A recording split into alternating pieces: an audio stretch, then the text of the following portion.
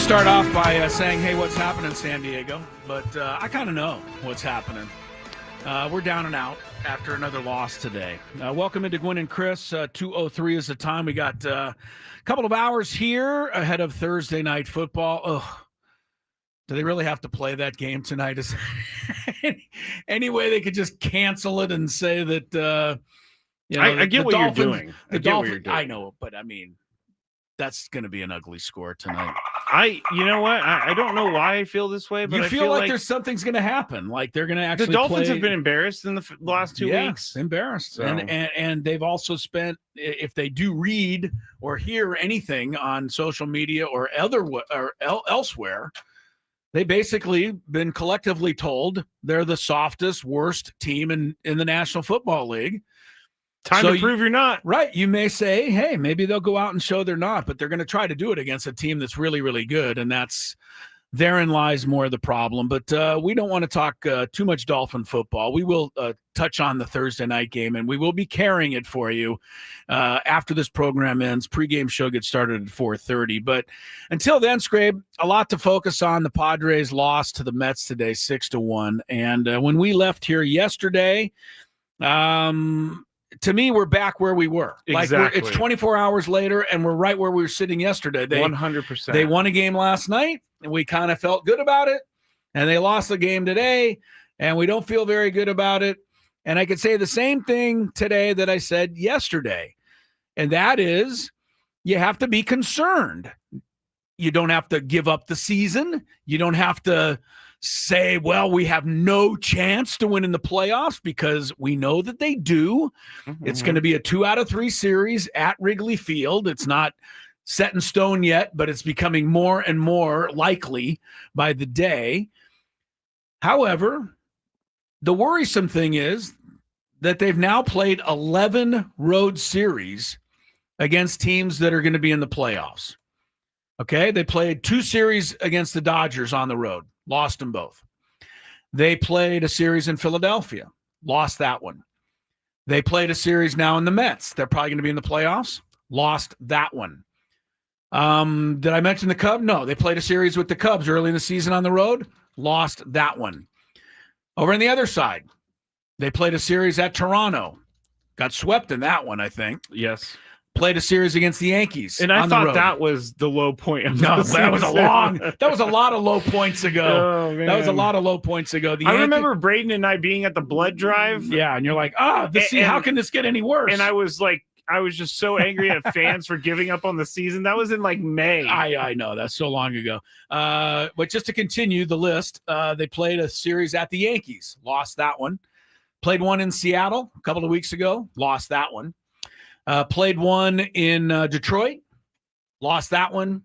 Played one in Houston, lost that one. So those are all the playoff series teams that they've played on the road. The only one that they've won was before the All-Star break. They won a 2 out of 3 in Milwaukee. Other than that, of course they did. Just the best team in baseball. They won that one. But yeah, so you're looking at 10 out of 11 series against playoff caliber teams, and they've lost, almost all of them. And now we're to sit here and hope against all hope that 2 weeks from now, they're going to go on the road for a 3-game series against a playoff team, and they're going to win it. That's the worrisome thing. And it has to be. That's a season-long thing. That's not just like, well, they've struggled lately against, good team. No, it's been all season. You go April, May, June, July, August, September. They haven't been able to beat good teams, especially away from Petco Park. They're not a great road team anyway. And, their offense continues to be up one night, down the next. The starting pitching is so bad now that apparently Mike Schilt has given up on it completely. And I got to be honest with you, Skraby. I get money from Mike Schilt. He sends it to me directly. I get it from the Padres. They say, please, Chris, go on and say nice things about me. They don't, everybody. I don't know why Chris keeps perpetuating this, but they don't. Because people believe it. I'm going to tell you right now, they're not sending me the check today. Because I don't know what the hell Mike Shildt is doing right now. I really don't. I don't get taking my ace pitcher, my all-star pitcher, Cy Young candidate, Nick Pivetta, out of a game 4 2/3 innings in with the lead. I get it a little bit more with Randy Vasquez, but today was ridiculous. Why are you even starting the guy? 3rd inning, you're already warming. They were warming somebody up as soon as Juan Soto let off that inning with a single. And he sees it too. Of course you do. That's a great point, Skraby, that we're not thinking about. You made a good point. I know, you blind squirrel thing. No. But no, hey, as a former pitcher, absolutely. You look down to the bullpen, you see somebody warming up, you're like, wow, they have no faith in me at all. And then the next guy gets a hit, and that's pretty much ball game for Randy Vasquez. The bullpen is already completely worn out. Did we not see that last night Morejon pitched, Estrada pitched, Miller pitched, and Suarez pitched last night? Yep. Do we not know that there's no day off for tomorrow? So if you pitched all those guys again today, or any of them today, then you wouldn't have them for tomorrow. But you're going to your bullpen in the 3rd inning. And in a lot of ways, Shildt lucked out because they never got the lead today. Wandy Peralta makes sure of that. It only took him 2 pitches to put them behind 5-1. Look, they have the best bullpen in baseball. They do. And I even got a Twitter from somebody the other day, Skraby. I don't feel like looking it up. Okay. But we were talking about their bullpen. I think it was yesterday's show, and how good it is, and how that's how they can win in the playoffs, keep games close, win with the best bullpen. And somebody said, what are you, an idiot? The Padres have the best bullpen in baseball? That was the tweet that somebody sent to me. Do you want to have some issue with saying they're the best bullpen in baseball right now because we're not seeing it right now? What is the issue? They're number 1 in ERA. They're number 1 in WHIP. They're number 1 in opposing batting average. They're number 1 in saves. And they're number 1 in wins. By what metric are they not the best bullpen in baseball? Today's metric because they gave up a home run? No, not at all. It's ridiculous to say that they're not the best bullpen in baseball. That doesn't mean you are the best bullpen in baseball every day. What it means is that you're the best bullpen in baseball this season. That's all it means, and nothing is guaranteed. But having said that, I don't really know what the hell Mike Shildt is thinking right now. And I don't know. 3rd inning, it just seems absolutely ridiculous. 48 pitches. Unless you told Vasquez before the game, hey, we just need 2 innings today. But I'm sure they didn't. And Pivetta looked like he was about to, if somebody would have given him a bat, he would have ground it to sawdust last night when they took him out 1 out away from a victory. This is another thing that has been done a lot this season, mostly to Vasquez. But when a pitcher is 1 out from a victory, I know it's a team game. I know it's all about the team. But guys who are starting pitchers, if you're half worth your salt, you want to get the win. You go out there to try to get the win. And when you're leading and you're 1 out away from the win and they take you out of the game, I think you feel some type of way. I just do. I saw the look on Randy Vasquez's face today. He was kind of like, he was perplexed. He was like, he didn't what? Get it. Like, why are you coming out to get me right now? He didn't get it. I did a deep dive because I'm a huge Randy Vasquez fan. Always have been this year. And I went through and looked how many times he was taken out of the game before 90 pitches was thrown. Before 90? That's almost every game he's pitched, isn't it? Kind of. I would think. And I compared it to Nick Pivetta and Dylan Cease because they're the only other 2 guys that have consistent starts this year. So I could tell you about that on the other side. Also, I think it's fair for us to listen to Mike Shildt explain why he did what he did. All right. I had my say. You had yours, or you'll have a little more of yours. I'll have a little more. And then Mike Shildt will have his say. Yes. And he'll tell us why he is looking to us like he's pressing a panic button that doesn't need to be pressed. So what is the explanation? We'll find out when we get back. Mets 6, Padres 1. We've got notes on a scorecard to break everything that happened in the game down today. I'm especially proud of today's. Okay. It's a really, really good one. It's got a lot of stuff in it that we can go off in another direction and talk about. That's coming up. We've got, the rest of baseball. We got the football, as we said tonight, and we're settling in. So welcome to it. Gwynn and Chris, with Tony, of course, traveling to Chicago on 97.3 The Fan. Hey, guys, it's Woodsy. Are you trapped in...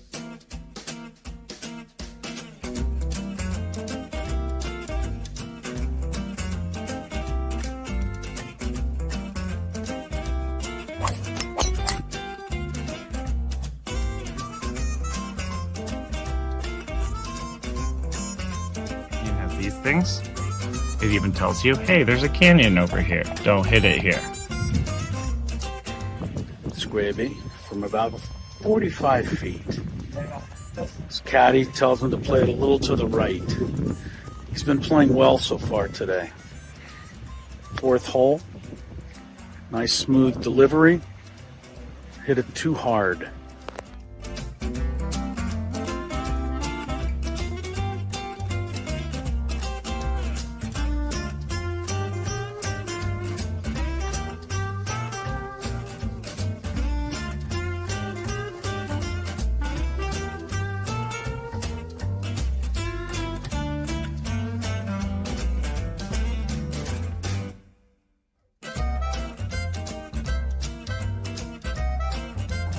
Sasquatch. So Chris says that he can't play golf, but this is the second birdie putt he's made for us. This time it was like 20 feet. Thank you very much, Greg. But once again, you're hitting some very nice shots as well. I'm not usually complimentary to you, but can't help but be complimentary. Your shot making today. With my what? Your shot making. You hit some.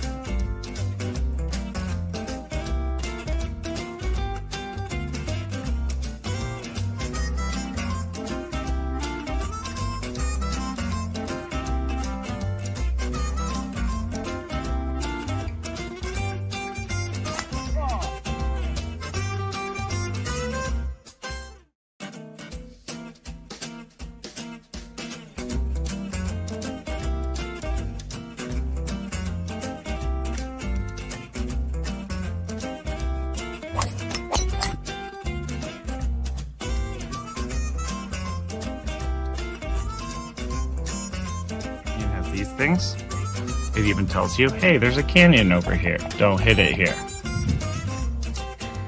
Skraby from about 45 feet. His caddy tells him to play it a little to the right. He's been playing well so far today. Fourth hole. Nice smooth delivery. Hit it too hard.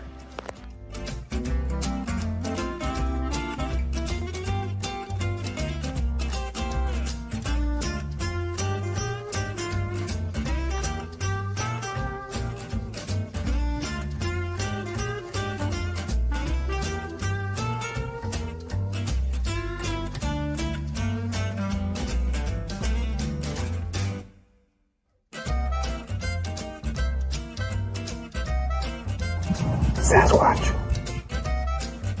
So Chris says that he can't play golf, but this is the second birdie putt he's made for us. This time it was like 20 feet. Thank you very much, Greg. But once again, you're hitting some very nice shots as well. I'm not usually complimentary to you, but can't help but be complimentary. Your shot making today. With my what? Your shot making. You hit some.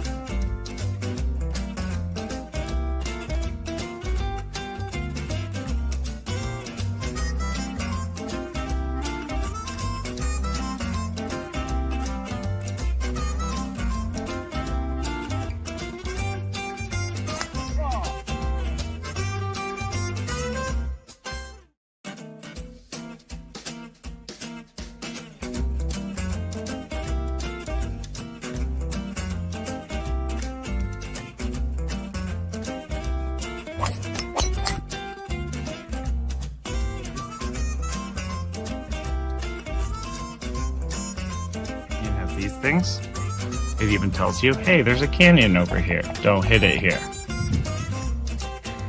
Skraby from about 45 feet. His caddy tells him to play it a little to the right. He's been playing well so far today. Fourth hole. Nice smooth delivery. Hit it too hard.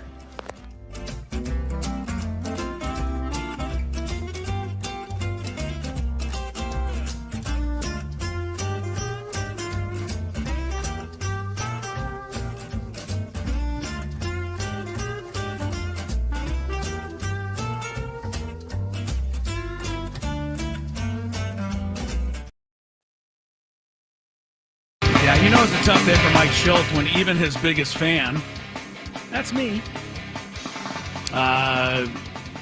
wasn't happy. I don't think anybody could have been happy with that move.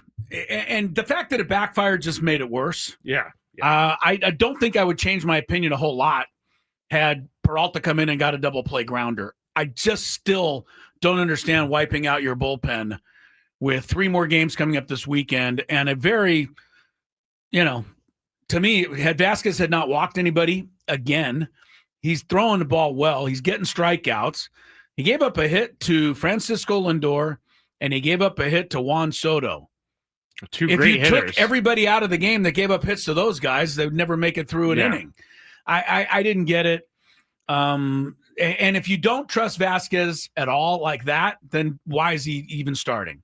Like, he shouldn't even start. Or don't bring him back up from the minors if you have that little trust that you're warming a guy up in the bullpen in a 1-1 tie in the bottom of the 3rd inning of what is still a regular season game. This is not a game that you had to win to clinch a playoff spot. It's not one you needed to get into first place or clinch a home field advantage. Of course you want to win, but we've talked about this a lot. You can't manage to win every game, or eventually it's going to wear out and cost you down the road. You have to pick your spots. I didn't see this as a spot. If there was a day off tomorrow, he might have been able to talk me into it. Anyway, Mike Schultz got his say after the game because he was certainly asked about why he went to Peralta in the 3rd inning. Yeah, it wasn't actually overly complicated for me.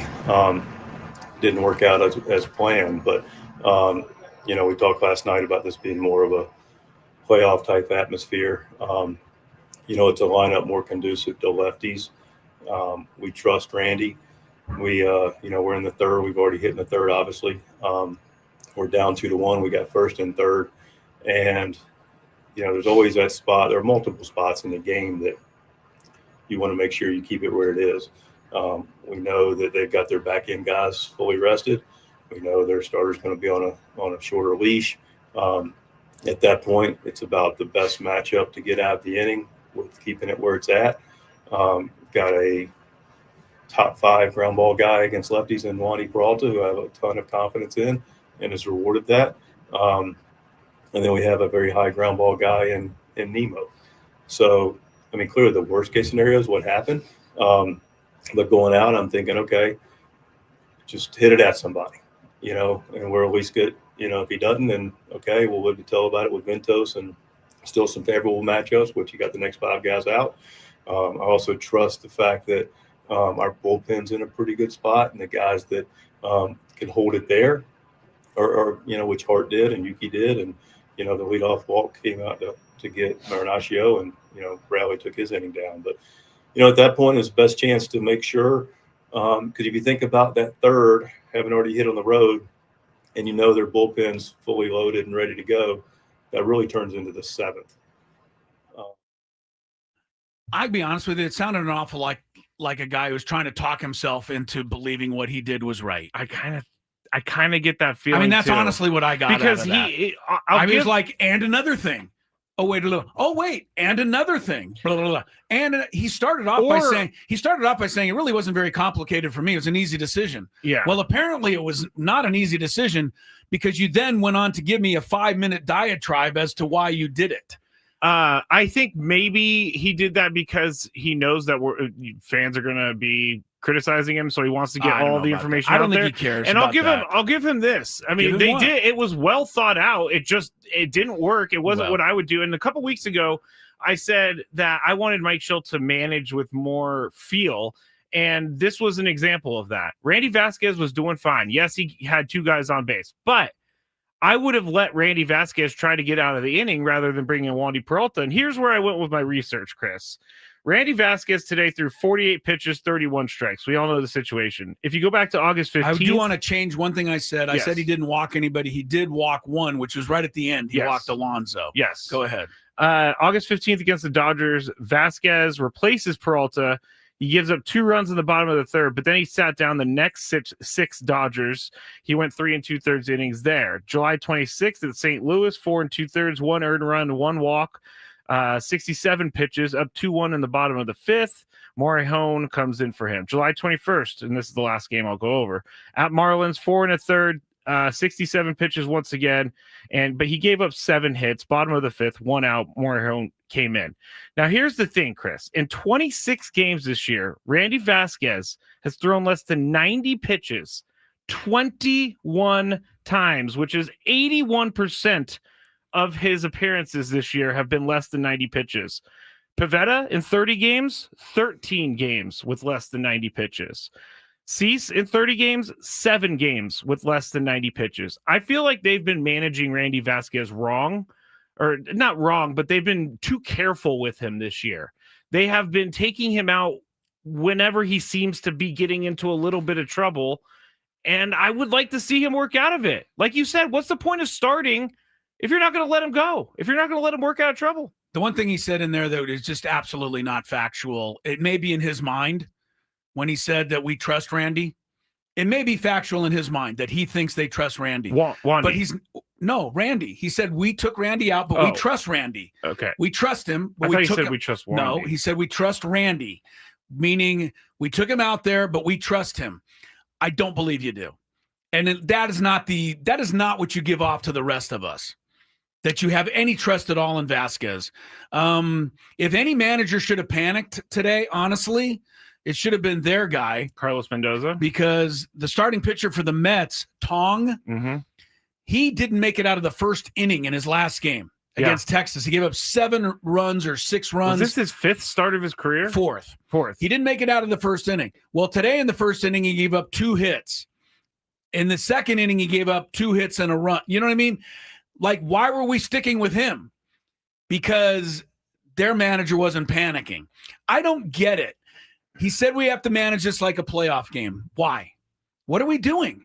We've got 11 games to go. Are we going to be doing this the rest of the season? Is Dylan Cease out in the first inning tomorrow night if he gives up a couple of runs?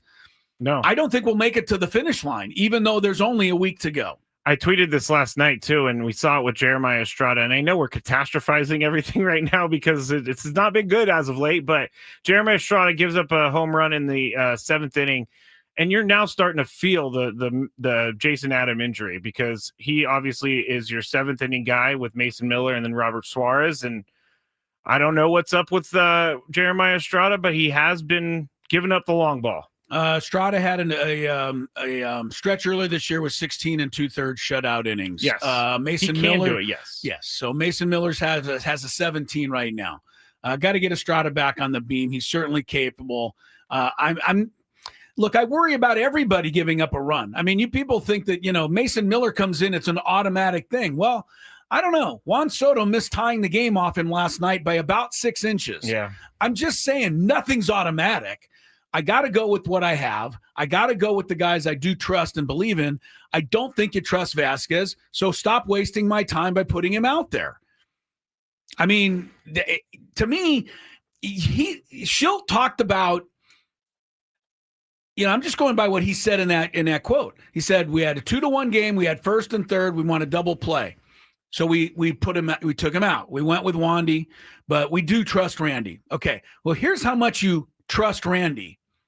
After Lindor got the first hit, or was it Mullins? I think Mullins got the first hit of the inning. I think it was. Then Mullins, Lindor got a hit because he scored. So as Lindor got that hit, Peralta was already up. Yeah.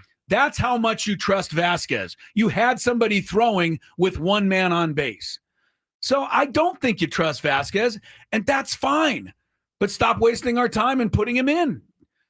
I just he's been less wild. He's been less wild as of late too. Last 7 games, he's only walked 4. The last 5 of those games, he's only walked 1. So if the argument is, well, he lets too many guys on base, he's not giving the free passes anymore. He's given up some hits, but he's not loading the bases and playing traffic cop as much anymore. Well, Cease is getting a ton of base runners too, so we'll see how that's managed tomorrow. We'll do more on the Padre game in the notes on a scorecard. We're fired up today. It wasn't all Mike Shilt's decision to take out Vasquez in the 3rd inning. It also was the fact that they did nothing against a rookie pitcher who they just absolutely should not let shut them down. Yeah, he struck out 8 Padres, including 4 in a row at one point. That shouldn't happen if you're a playoff team that wants to go somewhere. You can't have a rookie who has no confidence. He got shelled his last time. He's walking out there with no confidence at all, and now he shuts you down for 5 innings. That kind of stuff can't happen. And if you look at it, when they score 3 or fewer runs, they win 29.5% of the time, 3 or less. When they score 4 or more, 76.5. Just get to the 4 runs then. That's simple. I'm just saying, they scored 1 today. So all of the managing in the world by Mike Schilt, or not managing, or changing pitchers or not, wasn't going to matter. The Mets were going to score at least 2. You know what I mean? I do. So, I mean, I didn't get it. I don't like the appearance that we're like into a panic mode, or we're into we got to manage for the playoffs here with 12 games left, 10 games left. I didn't get it. But I don't know that was a reason they lost the game. All right, let's. I know we need to go to break, but here, if they leave Vasquez in and he gives up 2 runs, 3 runs, are we crushing Schilt for not taking him out? I don't think we would. I don't think you are. I don't think you and I would. I think a starting pitcher guts 3-4 innings at least. If not, why are they in there? And if you're worried that he's going to give up a 3-run home run, then don't tell me you trust him. You don't trust him. You had somebody throwing with 1 man on base in the 3rd inning. So, your actions speak louder than words, as I've been told many times. 6-1, it was Mets. The Padres are down 4 in the first 3 innings for about the umpteenth game in a row. That's another thing. And, we have to say that. It's not easy for this offense to come back from 2 or 3 runs in the first 3 runs of the game every single night. I think it's not easy. I think it has something to do with why the offense gets shut down like that, because it is not easy to be down 4 in every game. And then they're pressing. All right. Chris Ello, who loves Mike Schilt, Matt Skraby. I like Mike Schilt too. I do. This is the same Chris who sticks up for him 90% of the time. But this is the 10% I'm not going to back him up. I don't agree with it. We're coming back with more. Got it.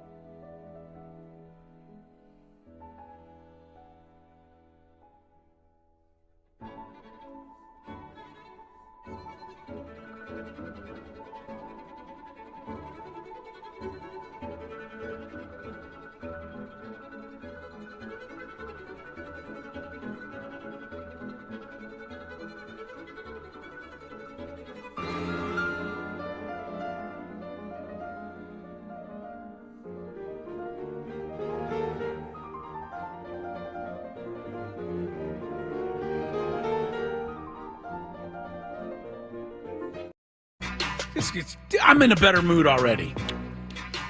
This What? hour on 97.3 The Fan is brought to you by Staples. Your local. Why am I so excited by this? Your local Staples has hot deals and super low prices, super low, throughout the store on everything for your business. And right now at Staples, save up to $125 off your print order. I'm going to print a lot of stuff. Exclusions apply. I think that's like, Skraby can't take advantage of it, but the rest of you can. Visit staples.com/print for all the details. It ends November 1st. Plus, you save even more with the Easy Rewards program at Staples. Yeah, we have those too. They didn't put that on there. That's just my favorite tagline. Yes, they did not put that on there because that's not their tagline anymore. That's my tagline for Staples. One of these days, if they want me to read Staples copy, they're getting that tagline. One of these days, Mr. Staples going to walk in here and just staple something to your All right, we got forehead. notes on the scorecard. We're going to leave Mike Schilt alone for the most part moving forward. Again, didn't like the quick hook today. Seemed a little panicky to me. But there was other things about this game we'll get into. A 6-1 Mets victory. Before we do, though, I don't know what anybody is doing July of 2031. But if you're a Dodgers fan, you might want to go to Cooperstown because that's when Clayton Kershaw will be inducted into the Hall of Fame. Sorry. I think that's rude. I don't. I think that's rude. That's similar to putting up the crying emoji. Honestly. No, it is not. It is. It's such a... No, it's not. He's not even in the building. It'd be like he's listening. The man has announced his retirement today. I think it's really weird he does it today. He's going to call it at the end of the season. You don't have to like him, but if you don't appreciate him, then you're not. I appreciate his baseball. Well, you don't appreciate anything if you're playing the sounder when I mentioned that he's going to go to the Hall of Fame. I was more because you're bringing up and praising a Dodger right now. The mood that I'm in, Chris. Sorry. After today's game. I'm going to look, I hope they, if they play Kershaw in the playoffs, I hope they get 12 runs off him before he gets an out. But to say anything other than the fact that Kershaw's been largely a stand-up character for 18 years. That's a long time, actually. And, won and accomplished what he's done. I think it's fair to take a moment. He announced that he will step down. It'll be over for Kershaw at the end of the season. All right, let's play some notes on the scorecard, Skraby, and tear into this loss to the Mets today.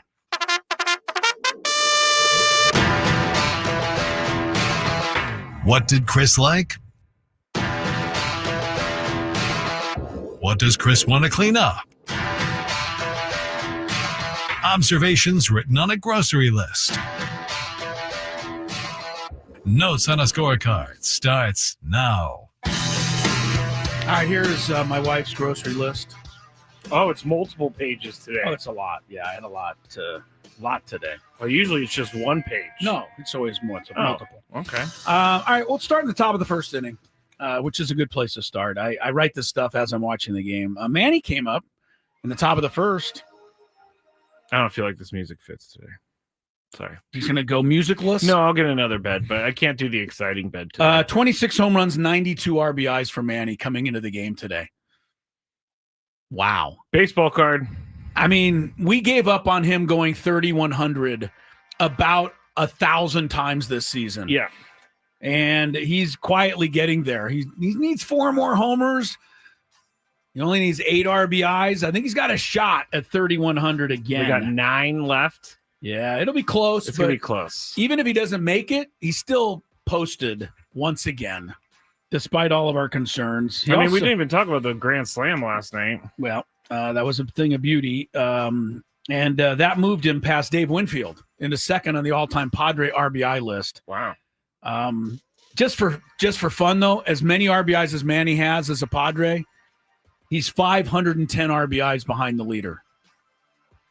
Is that Tony Gwynn? Tony's dad. It has to. I was like, he played long enough. He needs 510 RBIs to catch Tony. Give him 4 years, and I bet you he does. That's a nice thing I'm going to say about Manny. Now I'm going to criticize Manny. On that line drive that he hit over the head of the left fielder, Oh, yeah. They threw him out at second base, and he was out easily. Yeah. This isn't criticism of what he did today, but the first thing I thought of, and you probably thought of, was, I wonder if he was running hard the whole way. He doesn't tend to want to run hard unless he has to. So they showed the replay of him in the batter's box, and he ran hard, and he just got thrown out. I got no problem with that. The problem I have is that I have to look for it because a lot of times he doesn't run hard, and that bothers me. And if it doesn't bother you, fine. But how'd you feel last night when Elias Diaz was called out because he didn't get to home plate as he Cadillac home on what he thought was an RBI single? I'm old school. I'll admit it. Hustle. I don't think we're asking for too much. You're a baseball player. You have to sprint maybe 4 times a game. And I'm not saying Diaz had to break, his back to get home on that, but to Cadillac around third and just kind of saunter in. And you know who was at home plate giving him instructions as he came in last night? Manny. And Manny was saying, you're good. Easy, easy. Meanwhile, Ariza is thrown out at second base. You lose a run. You lose a game because of that? Because you just couldn't run hard? Yeah, I know people don't like it. Hey, Chris, I don't want them to get hurt, or you're being too. No, we're too late in the season. I don't think I'm being, asking too much here. We're too late in the season. I would have said that to you in June, but I'm not going to say that to you now because every single game matters. Every single inning matters. Well, just ask your manager. He's managing it like it's the playoffs already. Anyway, Manny ran hard on this one. I'd like to see him run hard more often. Bottom of the first inning, Juan Soto tries to bunt his way on. Yes. I don't mind this. I know we're in a, the Padres have the bunting culture. Which, by the way, helped them win the game last night, if you want to go back. It did. But if you're going to play the guy at shortstop where Manny was, why don't you take a free base hit more often? Soto tried, it didn't work. But I just think more guys ought to do it. I don't get why people don't want to take that, especially when you've got a guy who's swinging a bat like Alonso is coming up next. And if Soto was bunt would have worked, it would have been 2-0 Mets because Alonso did homer. He did. I just, to me, why? I know bunting isn't the cool thing. I get whatever. Hey, I'm trying to win the game. Get me on base any way I can. I joked to somebody that if I was in the big leagues right now, I'd hit 450 because I would just lay a bunt down the third baseline every time. I'd make it at least half the time. I mean, I don't think that's... No, but you know what I mean. I'm joking, but I'm taking it to an illogical extreme. Yes. But they're giving you a hit. But if Juan Soto starts bunting more, then the defense is going to play that a little bit more because it's weird for Juan Soto to bunt to begin with. So it takes you completely off guard. Not weird to me. Top of the second inning, Ryan O'Hearn's in a funk. Struck out on a check swing. Got the call. They didn't call it a strikeout. So he took the next pitch for strike 3. Like, that's how it's going for Ryan O'Hearn right now. Last 16 games, he has 1 double and no RBIs. We need to get O'Hearn cranking here in the next 2 weeks. Yes. All right, Vasquez gets back-to-back strikeouts early in the ball game. I think it was the second inning. Gets them on fastballs that were right down the middle, and they were swung on and missed. I'm not the pitching coach, but that tells me he's got pretty good stuff. If he's throwing fastballs down the middle to big league hitters and they can't hit it, that tells me he's doing something right.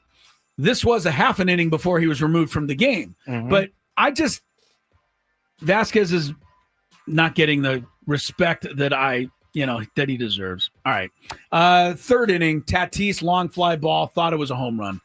On the replay, I thought I saw the ball disappear behind the pole. You did? I thought. I never thought I saw I'm that. old. I missed it. Okay. Look, the umpires took a look at it. Obviously, it was a foul ball, but maybe I was seeing it with my heart. Pulling the curtain back, Chris has forgotten his glasses at home. I've been going without my glasses all week. I did not see what you saw. Yeah, well, either did anyone else because it was a foul ball. And then take me back, though, to last night, Soto's fly ball, where your heart stopped because the game would have been tied. It did. And that must have missed by less than 6 inches. Yeah, it was crazy. All right. Fernando gets a base hit. after that long fly ball. He gets to third on back-to-back bad throws, one to first base and one wild pitch. So here comes Arise with the tying run at third and one out. You know what I wrote down? I don't. I sure hope Arise can hit one of his fly balls to left field right now. And he did. I know. Although it was so shallow, it wouldn't have scored any other player but Fernando. When he took off, I was like, what is he doing? Yeah. But I'm going to tell you, Fernando giveth, he also taketh away. Mm-hmm. And I'm going to explain. And it goes into the bottom of the third inning. We got the base hit by Mullins. Lindor comes up, base hit down into the right field corner. If you look at the play, the ball was a little bit over toward the line. Fernando had to go to his left. Fernando has a great arm. We know he's the best defensive player in the history of the sport. But he's not the smartest. And he tries to unleash a throw that has no chance of getting Mullins out at third base. Mullins is going to be at third base standing there when the throw arrives. But Fernando wants to show off his arm, so he guns this cannon of a throw. Now, Manny kind of saves the day by cutting it off. But the throw is so wild and high coming in that Lindor goes, oh, I can take second. And he made it. That doesn't seem like a big deal to you. Where would he be throwing? Where I'm honestly asking. Throw to second base. Keep Lindor at first. I thought you were supposed to always. You don't try to throw out the runner at third if you have no chance. You throw to second to keep the hitter at first. No, I totally Why? understand that. Because you always want the double play in order. Yes. And guess what Soto did? He hit a ground ball to second base that would have been a double play. And a run would have scored, and the inning probably would have ended 2-1. All right. You know what, Chris? You win on that one. Of course I win on this. Well, I don't know. Fernando is the most talented guy. I love it. But he makes dumb baseball decisions sometimes. That was one of them. What if, I can't look at it any other way. I can't even say what if he made the play because he wasn't going to make the play. I told you what would have happened if he wasn't going to make the play. But if he threw to second and everything else happened, Soto grounded out into a double play. The run scores. It's 2-1. Now there's 2 outs, bases empty. Maybe you get out of that inning 2-1 instead of 5-1. You can't make plays like that if you're going to win in a playoff series that is going to be tight. You're right. And everything's going to matter. You have to do it by the book. Sorry. That was a bad mistake in my mind. I've talked about the quick hook. Wandy coming in. We've already gone through all of that. Down 5-1. Same old story. And then, wrote about Nimmo, 3-run homer.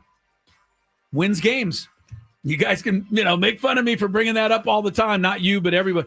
I talk about 3-run homers. The Padres don't get many of them. When they do, they win. But when they give them up, they lose.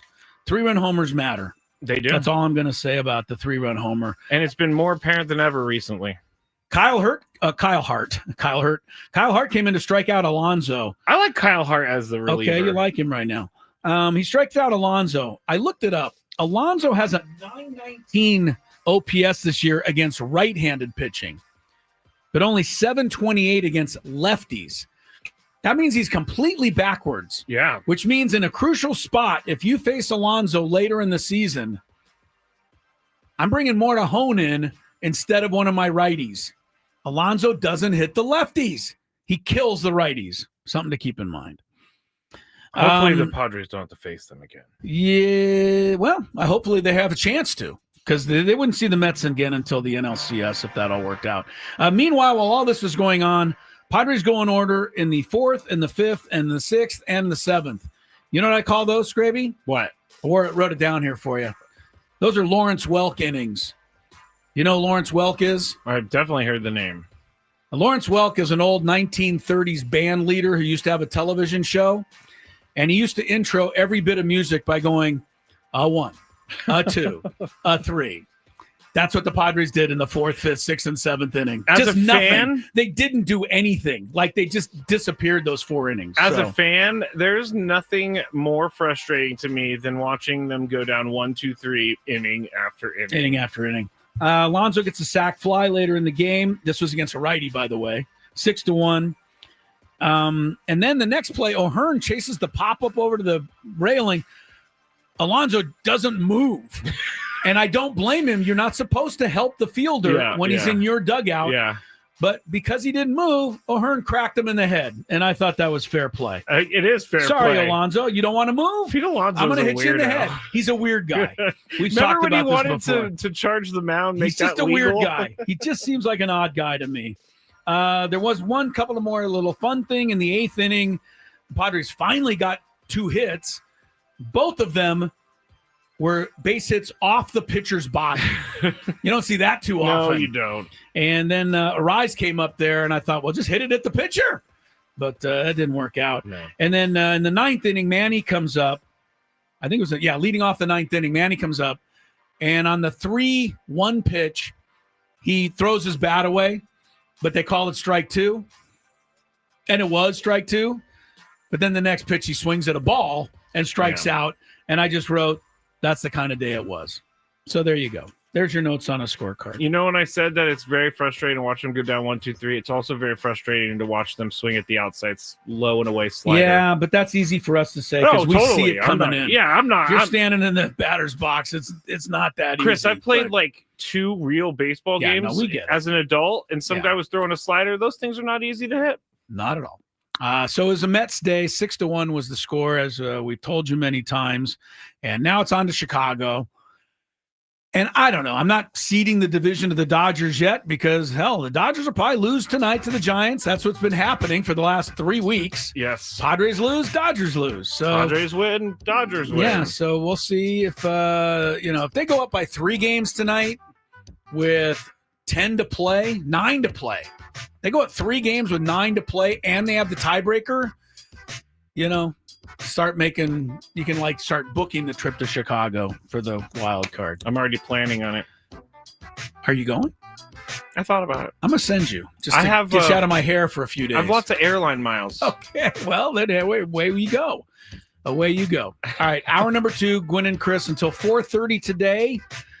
Big Fives ahead, and some more fun stuff. 97.3 The Fan. What are we doing, guys? I'm going to see the museum for the first time ever. It's going to be sweet. See my dad's plaque. See where Trevor's plaque is going to be. It's going to be pretty dope. Chris, I'm going to go to the Hall of Fame for the second time because I went earlier today, but I'm going in to see Tony go into the Hall of Fame. So all the way straight and back left. Straight back left. Straight around that back wall. This one? Yeah. How you feeling, Tony? I don't know how I'm feeling right now, honestly. Excited? I'm definitely excited. Hello! Eric, how you doing? Pretty good.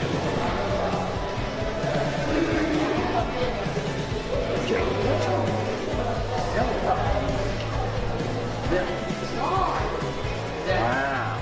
Just like I told you, next to the famous Barney Dreyfuss and Leslie Wilkinson, whoever they are. That does look like them. I know. It's a good shot. They don't do them all that great. That one's good. Really good.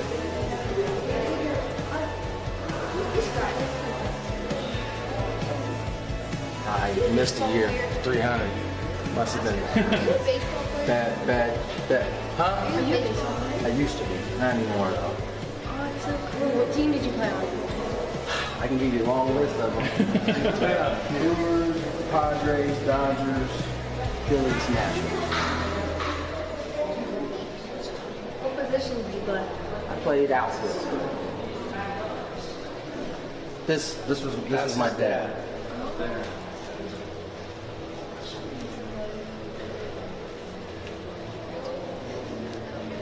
Oh, there's Dick Williams, Goose.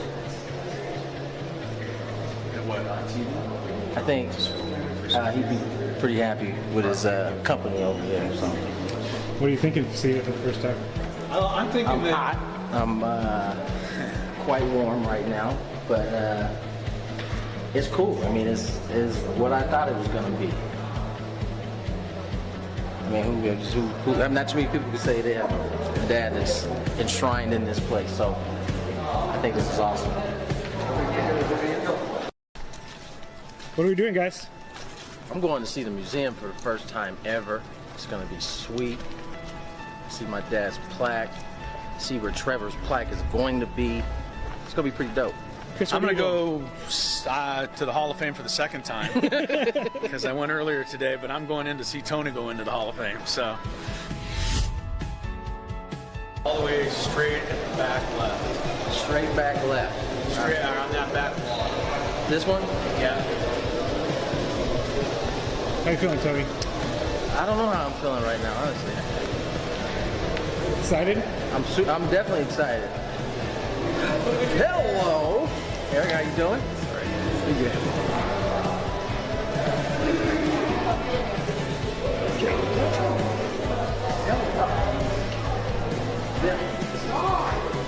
Wow. Just like I told you, next to the famous Barney Dreyfus and Leslie Wilkinson, whoever they are. That does look like them. I know. It's a good shot. They don't do them all that great. That one's good. Really good.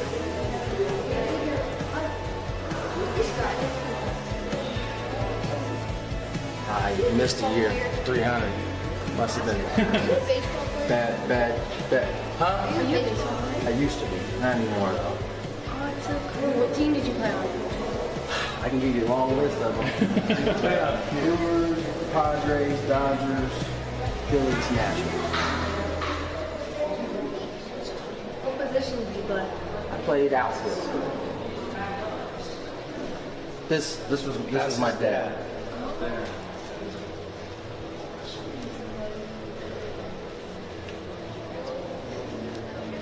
Oh, there's Dick Williams, Goose.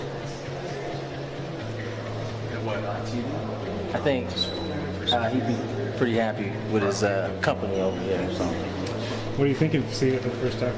I'm thinking I'm hot. I'm quite warm right now, but it's cool. I mean, it's what I thought it was going to be. I mean, not too many people can say they have a dad that's enshrined in this place. So I think this is awesome. What are we doing, guys? I'm going to see the museum for the first time ever. It's going to be sweet. See my dad's plaque. See where Trevor's plaque is going to be. It's going to be pretty dope. Chris, I'm where going do to you go to the Hall of Fame for the second time because I went earlier today, but I'm going in to see Tony go into the Hall of Fame. So all the way straight and back left. Straight back left. Straight on that back wall. This one? Yeah. How you feeling, Tony? I don't know. 2. Gwynn and Chris. 3 o'clock, the time. I'm squinting down at the bottom of my computer screen because, as Skraby said last hour, I don't have my glasses. There's a big old clock behind my I head. need that one. I should look at there. Yeah, thank you. But then I have to look through you. My head is right in the middle of it. Padres fall 6-1 to the Mets today. We've discussed the myriad of issues that went along with today's loss. Padres are 2.5 back of the Dodgers, who host the Giants tonight, starting a 4-game series up in L.A. Clayton Kershaw announcing today that he will indeed retire at the end of the season. News that was met by Skraby with a I'm not even going to resounding do it because apparently sound it was effect. the worst thing that I've ever done on the show. It's pretty close. Pretty close. Oh, wow. It showed no respect for a guy that deserves a little of your respect. Sorry. He's beaten the Padres like 29 times. I mean, when you eventually got to tip your cap to the guy after a while. No, I just hate it. You just hate it. I just hate it. I mean, that's fair. That's fair. I get that. Padres have not just issues today in the loss. They got a major problem coming up. Wait, they got more problems? They got a major problem coming up. And it has to do with their pitching rotation. And I'm going to explain it to you in a second. But before I get to that, we are coming up on Thursday Night Football, Dolphins, Bills tonight. Have you heard any pundit anywhere, social media or otherwise, say that this game will be within 3 touchdowns? Just you. Okay, you're the only one. You and Mike McDaniel are the only ones. I don't even think Mike McDaniel feels He may not even think that. There's a big story for my Dolphin brethren out there. And there are many of you I know because you talk to me and we go through some of this agony together. ESPN.com, really good article by they have a guy named Marcel Louis Jacques, who is kind of their ESPN, writer, beat reporter, and he does a long story today for Dolphin fans only. I don't think anyone else would care enough, but it just talks about the culture in that locker room and why it is so bad and why people think they're soft and what the players think about it and what they think about Mike McDaniel and whether he's a good leader or not a good, all of this complaint and the stuff we hear about the Dolphins. It's a good deep dive into that. Okay. And it hits it from both sides. Some of it are like, hey, Mike McDaniel's, a guy that, really likes his players. What's the matter with that? They've taken advantage of it. Players coach. It's on them. And then there's other people who say, well, he's allowed this culture to happen. So, you know what I mean? You get both sides. Yeah. And it's probably truth to both. Yes. It's in the middle. It's probably in the middle somewhere.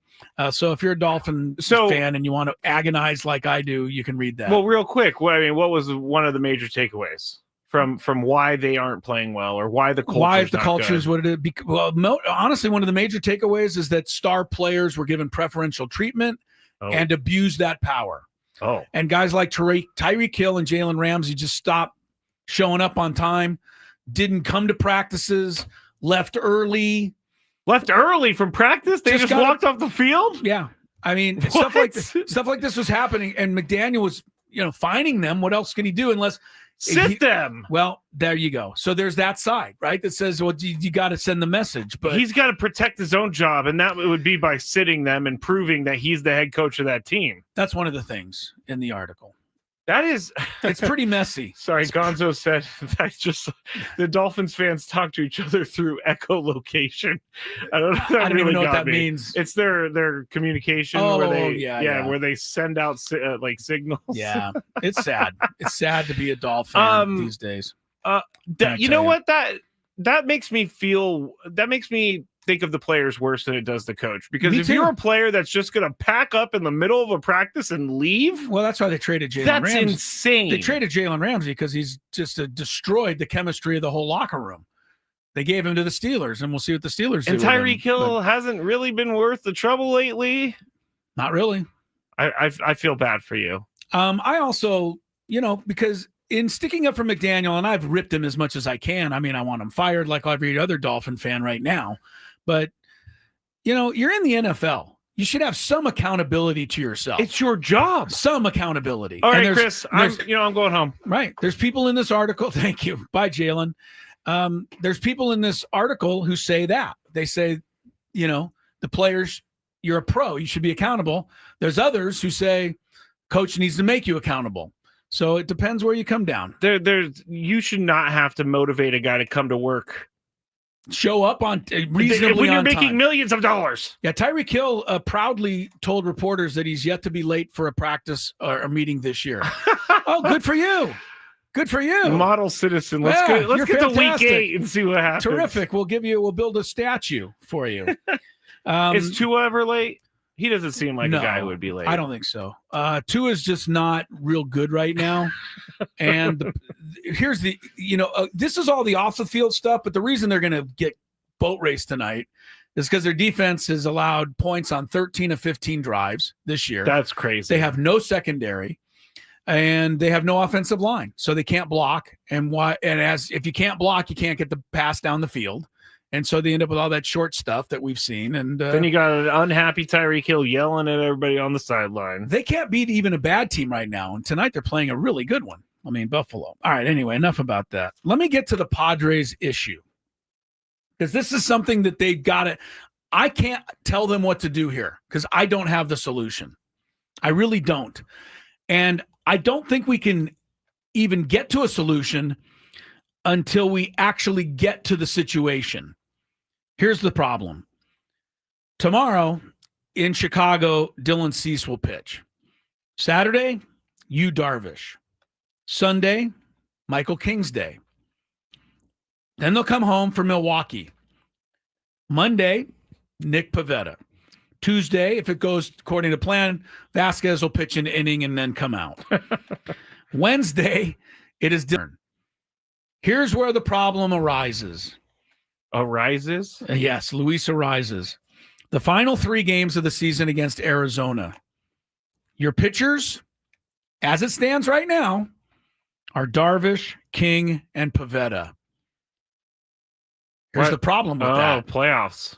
The playoffs are right after that, and those are the 3 guys you probably are going to want to start in your playoff games. They start on Tuesday, right? Yeah, you get 1 day off, which means 30th. They start on the 30th. What this means is that it would actually be Dylan Cease's day to pitch when the playoffs start. I'm not saying they're going to use him. I'm just saying you have Darvish, King, Pivetta, the last 3 regular season games right now.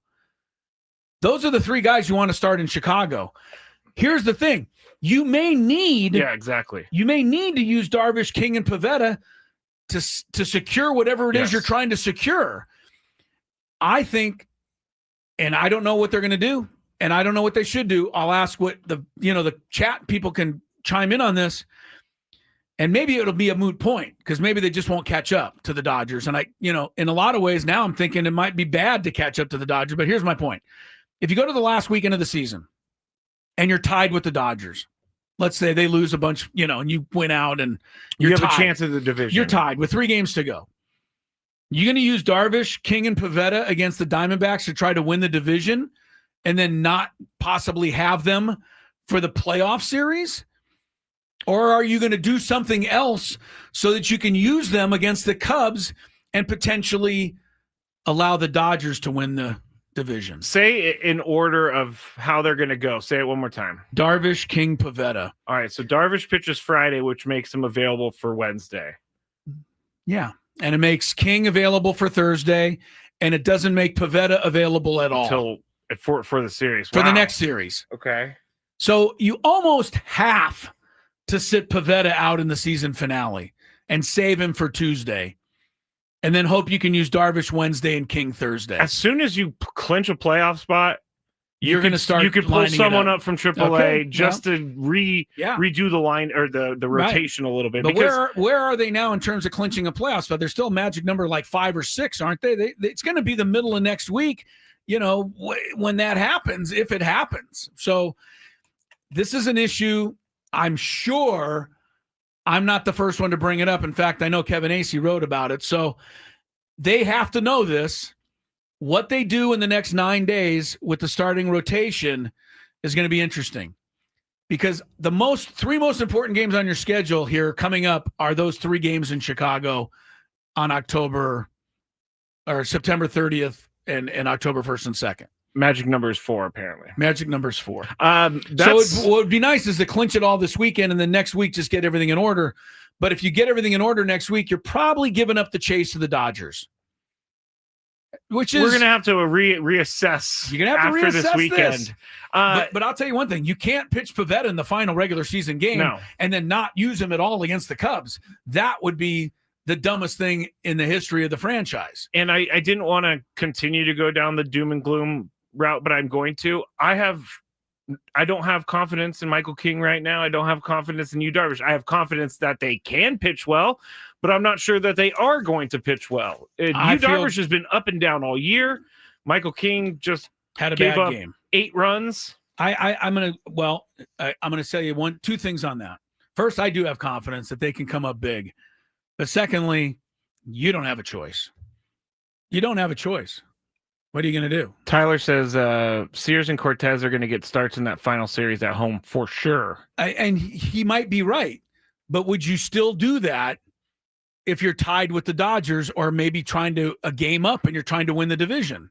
Because remember, if you win the division, it's a long shot now, but if you win the division, the playoffs begin here in San Diego rather than in Chicago. There is something to reward you if you win the division. So if you're going to start Sears and Cortez, I get what you're saying, but you're not going to be putting your best foot forward to win at the end of the regular season. Well, it's just weird that it worked this way, but that is how it worked. So something to keep in the back of your mind as we, get into the last 9 days of the season. Ugh. Good job by Kevin AC. I'm not really feeling Kind of, looking down the road and seeing that and bringing it to our attention, my attention anyway, because it's worthy of talking about. It's important what they're going to do. They have to know it. And maybe it's going to be a fluid situation based on what happens. This is supposed to be the best time of the year. Well, don't feel that way. They may not be the only team going through this. I mean, maybe other teams have key players pitching the final weekend that you have to rest. I mean, this happens to every team. So, but it may come up and be a big deal. All right, we're going to check some traffic. No daily gambit today. But the Aztecs have like one of the most important games. Is this hyperbole? One of the most important games in program history. Is that too much? I think it is, but it doesn't change the fact that this game against Cal Saturday is important. But where's the buzz? Is there any buzz? We'll talk about it. We'll talk about how they're trying to create some buzz. Yes. And we'll do that when we come back. We got a big 5 ahead. Later on, we have NFL pick segment and Chris versus the fans. Yes. So we got a lot. So don't go anywhere. Gwynn and Chris.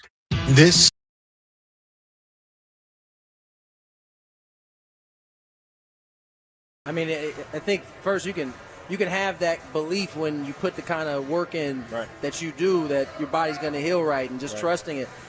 You talked about being an extension of the coaching staff. I would guess that that's going to be even more so this year with you not being able to actually do the physical part. Yeah. Is there something that you've tried to do this offseason to kind of get you into that mode in terms of being that extension? Because the reality is, although your arm might be useless in 25 this year, your mind's not going to be. And there's still a lot of guys, especially the ones who may be vying for your spot in the rotation, that could lean on you a little bit. Yeah, I mean, it's my job to help prepare these guys the best I can. And like guys like Waldron, guys like Randy Vasquez, Johnny Brito, those are guys that are, have really good stuff and are not far away from, being, middle of the rotation to top half, starting pitchers. Yeah.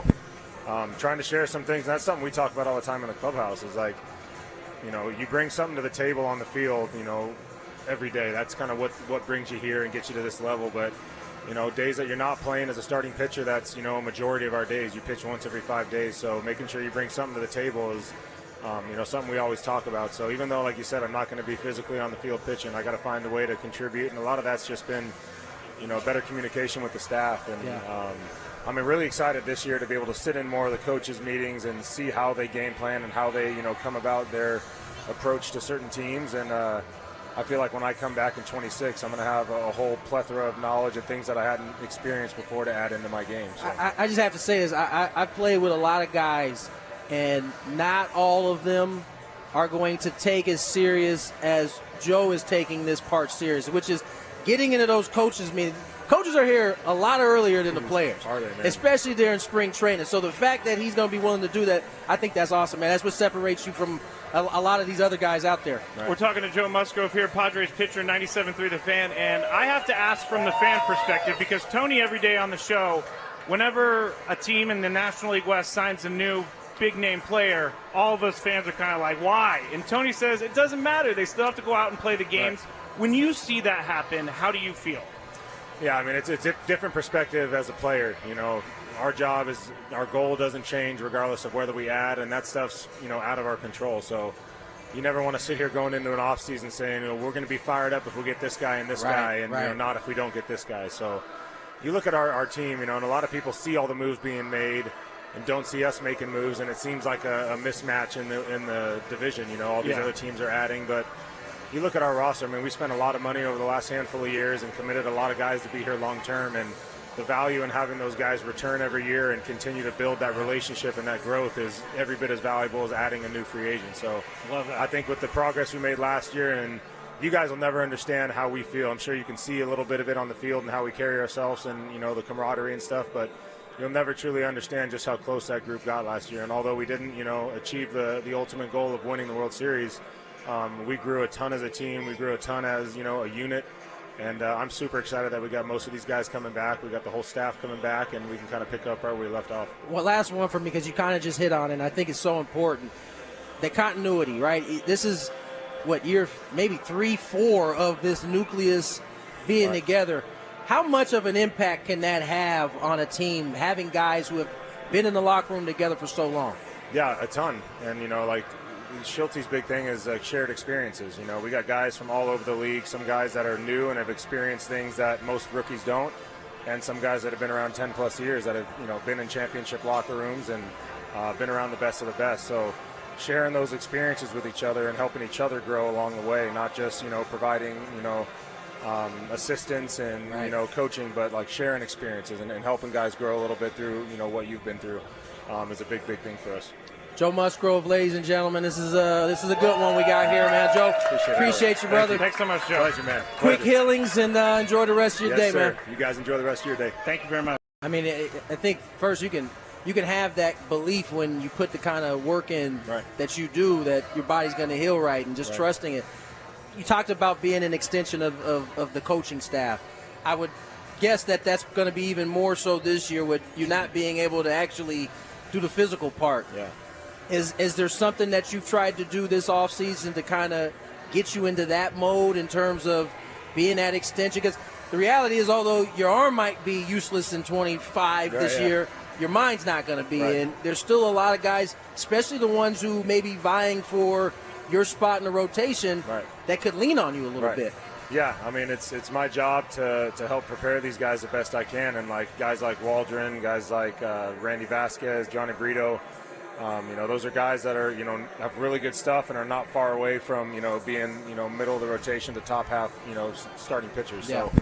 So trying to share some things. That's something we talk about all the time in the clubhouse is like, you bring something to the table on the field, every day. That's kind of what brings you here and gets you to this level. But, days that you're not playing as a starting pitcher, that's, a majority of our days. You pitch once every 5 days. So making sure you bring something to the table is, something we always talk about. So even though, like you said, I'm not going to be physically on the field pitching, I got to find a way to contribute. And a lot of that's just been, better communication with the staff. And I'm really excited this year to be able to sit in more of the coaches' meetings and see how they game plan and how they, come about their approach to certain teams. And I feel like when I come back in 26, I'm going to have a whole plethora of knowledge and things that I hadn't experienced before to add into my game. So. I just have to say this. I played with a lot of guys, and not all of them are going to take as serious as Joe is taking this part serious, which is getting into those coaches' meetings. Coaches are here a lot earlier than the players, Are they, man? especially during spring training. So the fact that he's going to be willing to do that, I think that's awesome, man. That's what separates you from a lot of these other guys out there. We're talking to Joe Musgrove here, Padres pitcher, 97.3 The Fan. And I have to ask from the fan perspective, because Tony every day on the show, whenever... That's with a certain amount of pride. I hear that song popping into the show. Gwynn and Chris, the big clock over there. Should I move my head? Yeah, move your head. Big clock. 3:20 is the time. Tony obviously is traveling. He's with the Padres. They're on their way to Chicago, taking with them a 6-1 loss at the hands of the Mets today. Alonso homered again. I think he homered in every game of the series.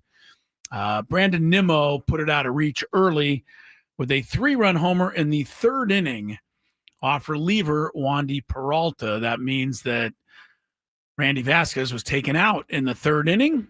Some are wondering about that. I'm one of them. I imagine Ben and Woods will ask Mike Schilt about that tomorrow morning. That is the manager's report with Mike.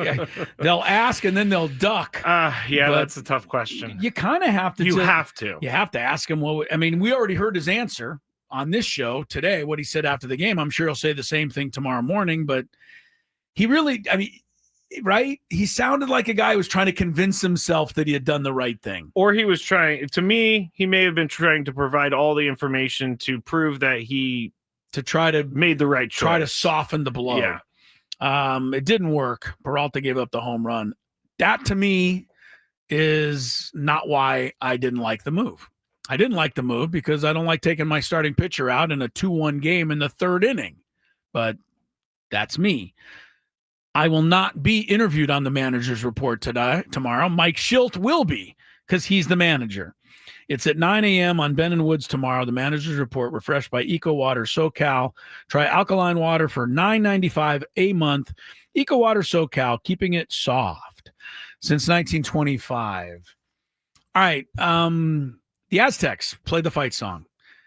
Hopefully they'll play it a few times Saturday night when they host Cal. And it's 7:30 game. I'm going to talk about a couple of things. I'm going to give it over to Skraby because he wanted to talk about Sean Lewis and what he's been up to this week. But I said it's one of the most important games in program history. You know, that's always hyperbole. But what I mean is, if they lose this game by 2 touchdowns or more, which I believe most people think they will, I think they're 12.5-point underdog. Cal's undefeated. The Aztecs got swamped in their last game by a Washington State team that in turn last week got crushed at North Texas.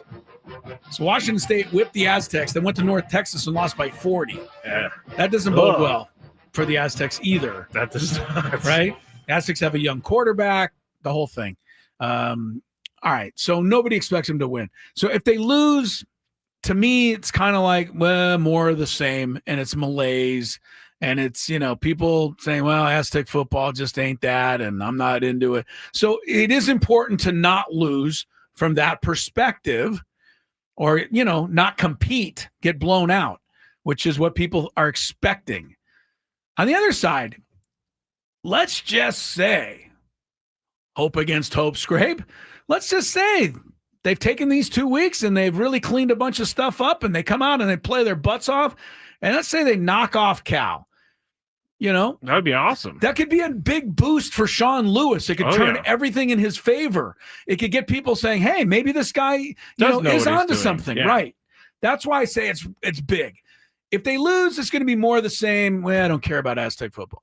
But if they win, I think you can kind of wake everybody up. You can get a little buzz going. So that's what I think is important. And Sean Lewis is trying to at least get some people in the stadium to talk about. Kirk wrote about this earlier in the week. Yes, he did. They're actually doing a couple different things to try to get people into the stadium, and they're having a quote-unquote flash sale.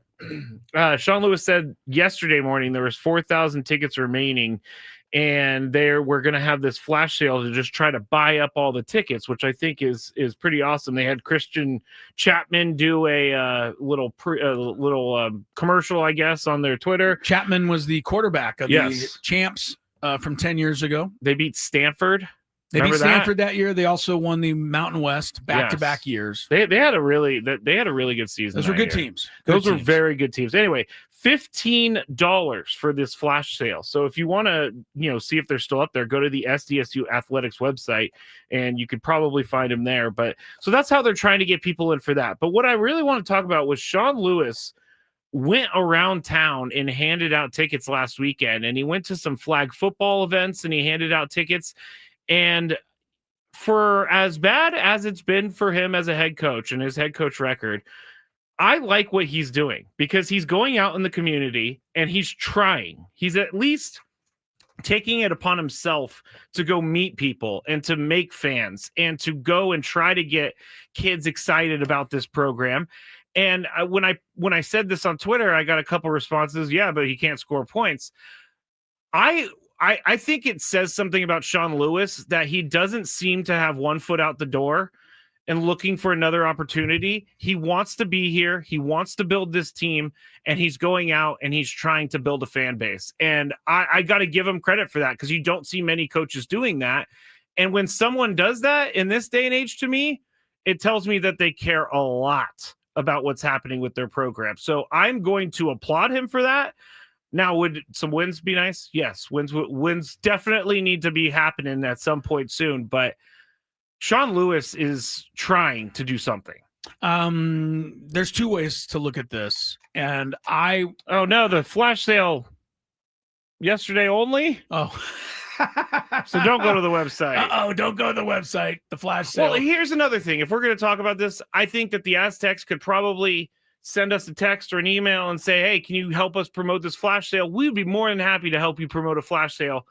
But that right there, if I don't even know that the flash sale's over, that's a problem. Yeah, no, you're right. You gotta get the word out. I read the article. Correct. No, you're right. That's a fair point. We don't know.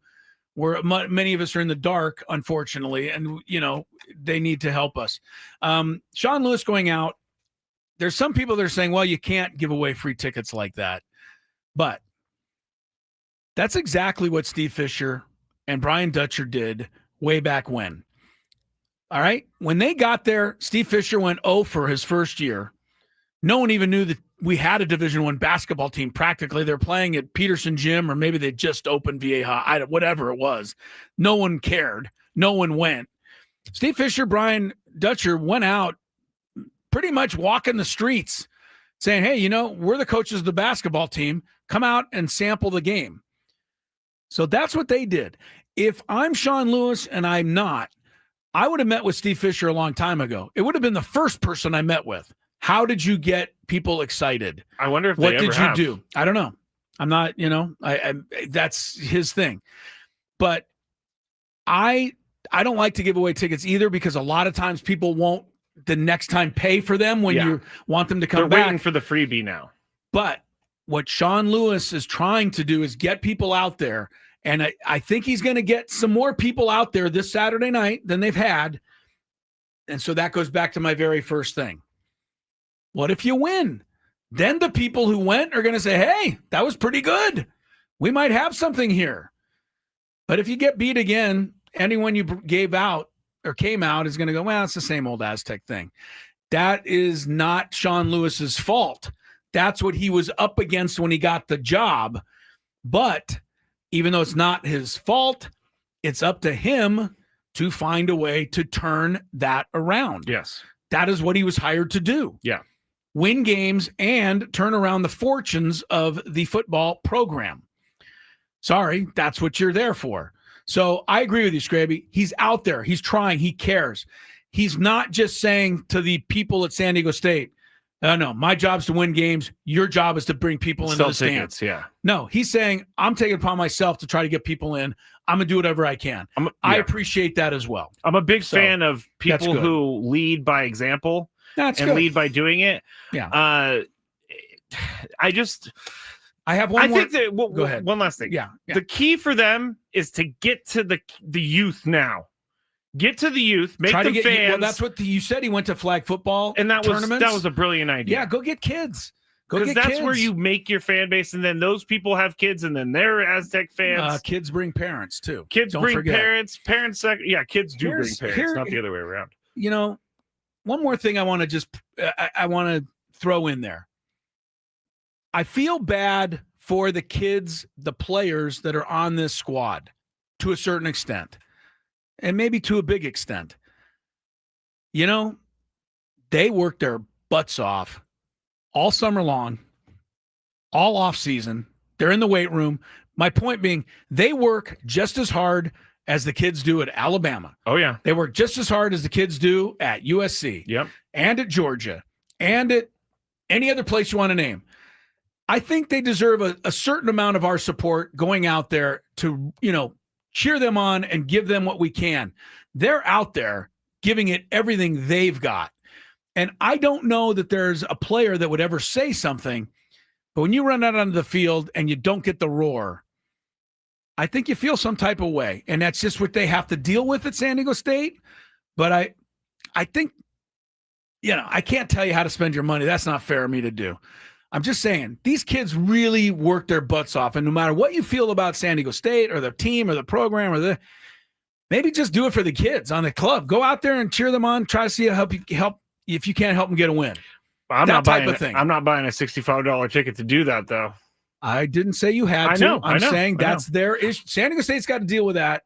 I'm just trying to give you another side of it. Do like a 4-hour flash sale one day per week for home games. Try that. See how many people you get in there. But who's going to, I guess, New Mexico State? Like, is anybody really going to be? I don't even know if they play them, but they probably play New Mexico. Well, you know what I'm saying. I know what you're saying, but they can't worry about what their opponents are. They got to create an exciting atmosphere for people to come out and see them play. And once they do that and win some games and get people and get Snapdragon rolling, if they ever can do it, then the opponents, that's on top of it. Yeah. Anyway, I'm not the marketing guy. You're not. but we care. And I would like to, feel like we're at least pushing people to try to help this program. This is our Division I, main team that we have in this city. For whether you like it or not, that's what we got. I kind of feel exhausted today, Chris. We're pulling a lot of stuff out here. Let's go to a break, and then you will get more tired because you're going to Big Five us next.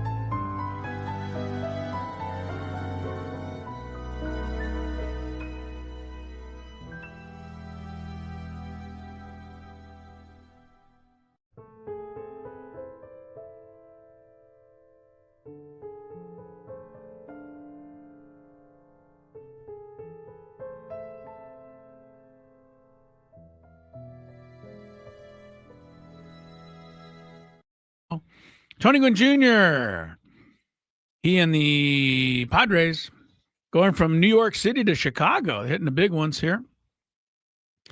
Padres and White Sox, rather. Can't we just stay in Chicago, right? You're going to be in Chicago. You got to come home, play 6 games, and go back to Chicago probably for the playoff against the Cubs. It'll be Dylan Cease tomorrow night. I hope Dylan Cease feels like he's at home in Chicago where he used to pitch. He might. Because he pitches a lot better at home. He definitely might. Padres lost 6-1 today to the Mets if you're just tuning in. And Skraby and I are getting ready to send you to Dolphin football. We are the home of Dolphin football, at least for tonight we are anyway. Man, that's not a title I want to advertise. Miami, Buffalo. Never want to advertise. We are the home for Dolphin football. Well, we are tonight. Yeah. Yeah, Tua's, I think, got 1 win against Josh Allen. Yeah, I saw 12 it. tries or something. I think it was 1-9 or 1-8. You know the game they won with Tua? It was the very first time he got the concussion when they bounced him on the turf and he came back into the game with the concussion and then nobody knew it. Remember that? So it started the whole concussion discussion. Yes. You remember this game? It was in Miami. Sorry, yes, I was reading because there's some discourse going on about me saying I wouldn't buy $65 tickets to the Aztecs game, which someone on the chat is saying, hey, it supports the guys. 1 game a year, you could spend $65. I don't disagree, but honestly, I don't have the money to pay for a $65 ticket, and you might think I'm joking. I'm not. I'm not disagreeing with you. $65 to me is a lot, although I've started to discover that a movie night with your partner or your wife, whatever partner, whoever, that's $50. Lucky, my dog, or your dog, that's $50. Pretty much. I actually went to the movies a couple weeks ago. Did you find a cheap one somewhere? Oh, okay. $14 ticket. There you go.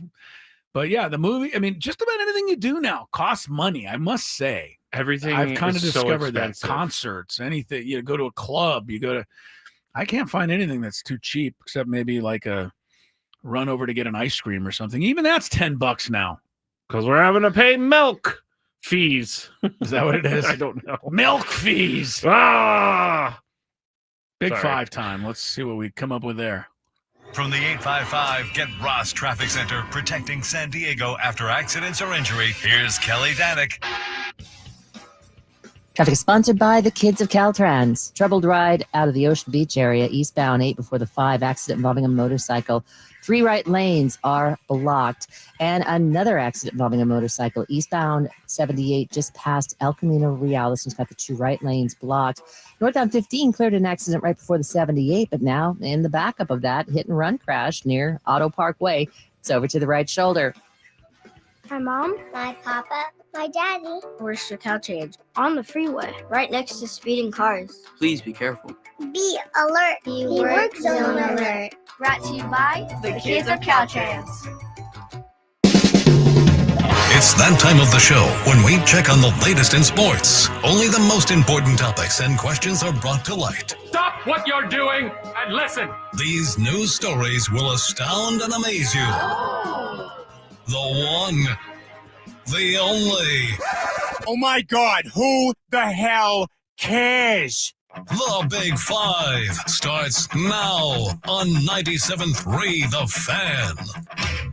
I got so into the Aztecs talk, Chris, in the last segment, and I forgot to tell you we have Aztecs free tickets to give away to someone. And well, maybe you should go outside and call in, and maybe you can win them. Then you won't have to pay the $65. No. I want someone to win them and actually go, please. All right, we're gonna have Aztec Cal tickets. I'll have a trivia question at the end of this segment. Remind me, Scrape, so that I do it before we go to the break, because I forget every time. All right, we got to get through a lot. Number 5. I just realized what time it was. If you love Mediterranean food, try Spiro's for authentic Mediterranean cuisine in Coronado or La Jolla for dining or takeout options. Visit spiroscuisine.com. The Athletics, Eno Saris was on with Ben and Woods this morning, and Ben actually asked a question about the bullpen. Since the bullpen is the Padres' strong suit, with the rotation not lining up great for a possible postseason, and I will say possible, should the Padres do a bullpen game in the playoffs? Here is what Eno Saris told them. That's a really good question.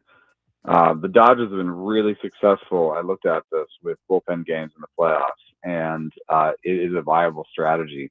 Now, the first inning is just the hardest one because you know their best hitters are coming up. And so the question then becomes, do I use one of my best relievers in the first inning and guarantee that this is a bullpen game? Or do I depend on one of my starters to at least get through the lineup once or twice, you know? So it isn't so much like, will I use Mason Miller? It's more like, do I start this game with Mason Miller? Right. Right. Seriously. I tweeted it the other day. I didn't cut off the rest of it, but anyway. I was excited to hear what Woodsy had to say. Oh, you want to hear it? No, it's okay.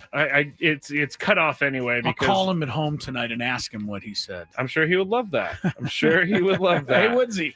All right, so here's the question, Chris. Should the Padres consider a bullpen game in the playoffs? Apparently, they're already doing it. They did it today. They tried to do it yesterday. Oof. Sorry, Mike Schild, but I can't stop.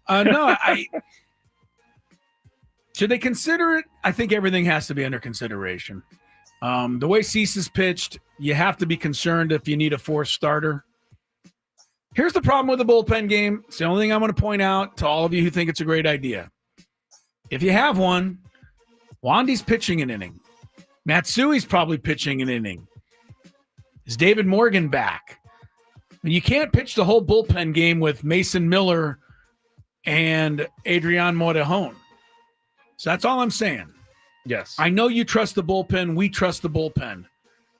But I also know most of you don't trust Wandy, and you don't trust Matsui, and you don't trust a lot of these other guys. Well, if you have a bullpen game, they're going to have to pitch too. So how's the best way to get to the sixth inning? Is it with 5 innings from Darvish, or is it with 1 inning apiece from Wandy Peralta and Hideki Matsui, and I keep saying Hideki Matsui, Yuki Matsui, and Marinaccio and Morgan? You know, is that what you're going to do? So I don't know what you Kyle feel. Hart, maybe. Yeah, what do you feel better doing? But I think you should consider everything. You have to consider it, but Saris makes a great point. Why would I burn Mason Miller just to get a 0 on the board in the first inning? If they do score a run in the first inning, I still have 8 other innings that I can try to score a run. I think a bullpen game is a slippery slope, but they may have to do it. And the bullpen, if it works out, it works out. But I don't really want to see it. All right, let's go to the next one. Number 4. Kansas and Arizona State are discussing moving their September 19th, 2026 football game to London's Wembley Stadium. It would require Kansas to get a waiver to reschedule their Middle Tennessee game to week 0. Kansas is open to the move due to potential reduced stadium seating for Arizona State's visit because of off-season construction. If finalized, this would be the 3rd college football game overseas next year, following Michigan, Western Michigan in Germany, and TCU and North Carolina in Ireland. I'm up first. Does Kansas and Arizona State in London move the needle for you? Whoa, No. when is it? Next year. No, it doesn't. I am so tired. Kansas and who? Arizona State. Yeah, my wife's niece goes to Arizona State. Oh, so you're going to Wembley now? I'm gonna fly her niece to Wembley. Yeah, no, this. What? If you're a London, so college football's trying to extend. They're its trying to do what the grasp. NFL's doing. Yeah. They're trying to get people. I understand the marking point of it. What happened to? I almost swore. Really? I almost swore. Okay. What happened to taking care of the customers that are keeping you afloat year after year? You think some guy's going to buy a Sam Levitt jersey in London? No. This is stupid. Sam Levitt, for those confused, Sam Levitt's the quarterback. Yes, in I Arizona wasn't State. taking a shot, and I was hoping TCU, North Carolina, and Ireland. That seems like a good game. Michigan, Western Michigan, and Germany. Don't care about that, Chris. There's no question. Just thought. Yeah, I think it's working. That's why they're doing it. That's all I'm going to say, because I'm not interested in going over there Even if you put Ohio State and Texas over there, I still wouldn't fly to Germany to see it. I wouldn't fly there, but I would definitely be into it, and that would be a good game for the fans to watch. Wow. And Kansas's thing is, hey, our stadium's not going to be done, so why don't we just go to London?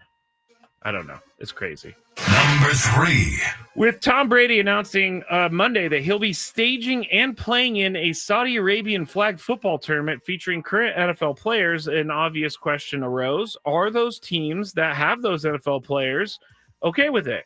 Pro Football Talk contacted the various teams whose players were listed in the release, which is Eagles running back Saquon Barkley, Cowboys receiver CeeDee Lamb, 49ers running back Christian McCaffrey, Jets corner Sauce Gardner, Browns defensive end Myles Garrett, Raiders tight end Brock Bowers, Max Crosby, and Tyreek Hill from the Dolphins. The Cowboys, Pro Football Talk said, responded and said that, yes, we have given permission to CeeDee Lamb. 49ers and Eagles are still looking into it. Jets had no comment. Here's the Dolphins, citing the short week game at Buffalo, had no response, and the Browns just simply didn't respond to Pro Football Talk. So, Chris, would you let these players play if you owned a team? I'd be a little more hesitant than you think. This is all for... It's a hard one, but, yeah. I mean, they're my assets, and now you're using my assets to make you money. For free. Yeah, that doesn't totally wash with me. And it's I hate to keep players from doing something that they really want to do, but they're going to have to convince me. Yeah, I'm with you. But the only other thing is, like, this is all for money. It's not for the Olympics. It's not for country pride. That's right. So you're using my guys at the risk of them maybe getting hurt, you know. I like Tom Brady. For your game. I like Tom Brady, but he gets a little too big for his britches sometimes. Like, why does he need to recruit every NFL player to this Saudi Arabian flag football tournament that he's putting together? And why does he get to sit in the Raider press box and then go to Charger practice before the game? And why doesn't the NFL see anything wrong with that? I don't have time. I know. Kyler Murray. Oh, sorry. Number 2. Kyler Murray is in some trouble after posting a picture on social media wearing a Michael Vick jersey with his pit bull in the photo. As you know, Michael Vick was convicted of dogfighting, so this caused an issue. And here's what Kyler Murray said about the post, either today or yesterday, but here's what he said about it. Oh, I have to. Why don't I just predict what he said about it? Sorry, no, don't predict. I have to actually turn the thing on. You know, in no way, shape, or form do I, condone, animal cruelty or dog fighting, whatever it is. For me personally, y'all saw me wear the Michael Vick jersey, a player that I admire very much growing up. And then, being home with my pup, who, my dog Trunks and Swoosh, they both get treated like kings. So it's not like, I'm in no way, shape, or form am I condoning that. But yes, I saw how it affected people and, decided to take it down. I think this is actually a pretty mature decision from Kyler Murray to take it down. Who's first? You? Me. Did he need to apologize? Yes, he needed to apologize. Do I think it's as big of a deal as people are making it? Probably not, because Kyler Murray said it. He looked up to Michael Vick as a quarterback in the NFL. Now, the fact that he has a pit bull, if it was a Michael Vick jersey and maybe a Lucky, like a golden retriever husky, might be a little bit different because pit bulls are involved. But I do think he needed to apologize. I think it's very mature for him to take this route, Chris. I got 4 words on this particular one. Kyler Murray is dumb. Okay. I mean, if he didn't recognize I'm glad he liked Michael Vick, and Michael Vick was a hell of a player, and we can't hold it. Should we hold this against Michael Vick and everyone who mentions his name for the rest of time? Probably not. However, if you're Kyler Murray and you don't think posting a picture of Michael Vick with your pit bull is going to upset some people, you're dumb. Jeez. On the chat, they say he's a bit tone deaf, Skrabe. Yeah, you're right. I understand that. And I did say that I understand that he probably should have put this together before he posted the picture. Yeah, but like you said, he didn't, how long do we have to go with... Because I'm an animal lover, so what Michael Vick did is horrible, and sometimes I think about it, it makes me really sad. I don't know. I don't know. I don't know that we should live with this forever on Michael Vick, but we're at least still living with it. So you got to know that. Yes, you should know before you post a photo in a Michael. So back Vick to my jersey. 4-word narrative. Okay. Go ahead. One more. Number 1. All right. The Bears are in disarray, and the defense gave up 50 points. And Jaquan Brisker was very angry about giving up 50 points. So a fan tweeted, they got to let Jaquan Brisker get up on that line of scrimmage and play in the backfield. Dennis Allen got to take them chains off 9. And Jaquan Brisker responded with, facts, use me. Well, some people did check the facts. Jaquan Brisker has played 100% of the plays this season, so he is a part of the problem. Do you have any problems with him saying this? Hey, all I want to say is in the last game against the Lions, the Bears forced 3 punts. That's one more than the Dolphins have forced all season. There's nothing wrong with the Bears defense, in my estimation. They did give up 50 points. All right, 833-288-0973. I know you got Chris versus the fans, but first you're going to call in because you're going to try to win a couple tickets to see the Aztecs against Cal on Saturday, 7:30 game at Snapdragon Stadium. Here's the question. Name the last Cal Bear to win the Heisman Trophy. Name the last Cal Bear, California Golden Bear, to win the Heisman Trophy. First person, 833-288-0973. You'll see Cal and the Aztecs Saturday night.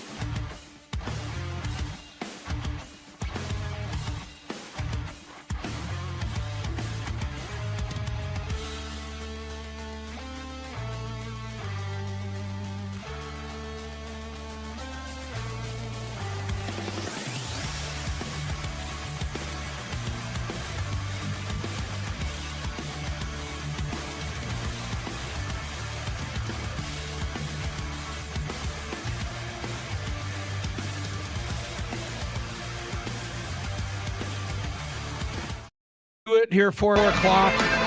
If you're on hold and you want to play Chris vs. the Fan, stay there. We did get a correct answer, though, on the trivia question. So if you're calling just for trivia, Juan beat you to it. Juan apparently has a cousin who loves Cal football, and that cousin complains to Juan all the time that Cal has never won the Heisman Trophy. That was a great story. So like stuck in Juan's head, and he called in, and he's right. Cal has never won the Heisman Trophy. That was the answer. You need to call your cousin right now and say, thank you for giving me he got tickets. you a couple tickets to the game. I looked up some Cal guys to see like who did what, and Jared Goff was done in 2015 at Cal.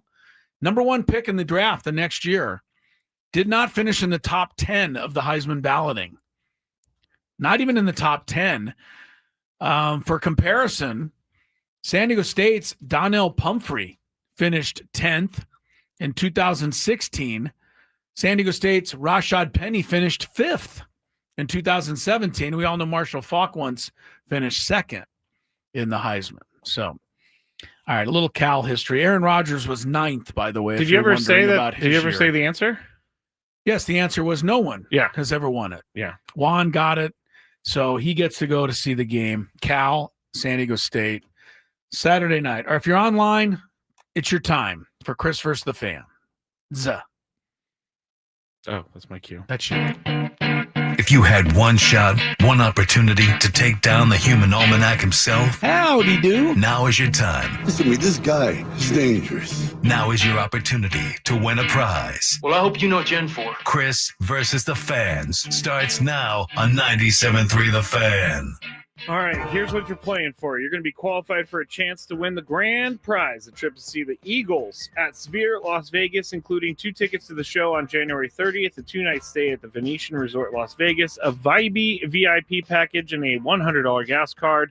The Eagles, and we're talking about the band, not the Philadelphia Eagles. Right. They've added 2026 shows to the band's residency at Sphere in Las Vegas on Friday, January 23rd, the 24th, 30th, and 31st. And it now features a total of 48 shows through Saturday, January 31st, 2026. Tickets at Ticketmaster.com. The rules: you have to make it through 3 questions. Each question will get more difficult. If you get the question right, you move on. If you get it wrong and Chris gets it right, you're eliminated. But if Chris gets it wrong, then you move on to the next question or you win. If you're a first-time player, let us know before you get into it. And you will get that question for free today. Okay, let's get into it. Let's go to Christopher. Hello, Christopher. Hey, guys. How you doing? Very Pretty good. good. Pretty Welcome good. To the show. Good luck. Ready to play? Oh, yeah. All right, here we go. What Dodger pitcher announced he's going to retire after this season?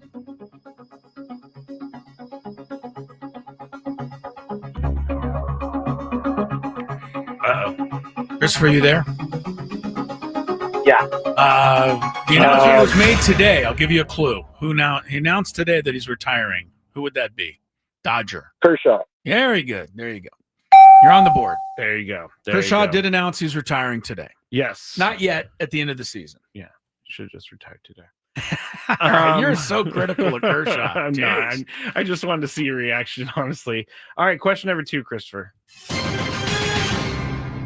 Which Padres hitter is the only to have two home run games this season? Interesting. Two home run games. Well, since Machado had an epic night last night, I'm going to say Machado. He's going with Machado. Stay there.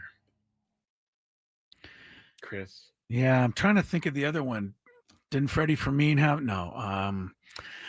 I don't know. Is it Gavin Sheets? I just have a weird feeling. I haven't really thought it through, though. So your answer is Gavin Sheets. That is my answer. That is correct. Oh, too bad, Sorry Christopher. about That was that, really just Christopher. kind of a wild guess. I didn't think of when it was. Or He hit 2 against the Giants in August and 2 against the Blue Jays in May. Blue Jay game. I was out of town, so I don't remember much about the Blue Jay series. Well, there's not much to remember. Right, something worth forgetting. All right, let's go to our next contestant. We will go to Lance. Hello, Lance. Good afternoon, gentlemen. Good Hi, afternoon. Lance. Ready to play? Yes, I am. Here we go. The Padres have won 10 games against 2 division opponents this season. Name both opponents. Giants and Rockies. Giants and Rockies is correct. Nice job. How Nice dare job. them win only 10 against the Rockies? Go ahead. I would take By the way, 10. the Rockies haven't cleared themselves of the worst record of all time yet. They're stuck Really? on 41 wins. They need one more. They've been losing quite a bit lately, Ooh. including today. Okay. All right, here we go, Lance. What major league hitter has the most multi-home run games in baseball this season? Major league hitter with the most multi-home run games this season. Multi-home run games. Oh. Let's go with Cal Raleigh. That Big boy. Raleigh is correct. It's correct, but you got to say big dumper. Feels a lot better. I to did, say I that. did. Oh, you did? Okay, good. You got it. Yeah, it's another record that he might set. He's done it 10 times this year.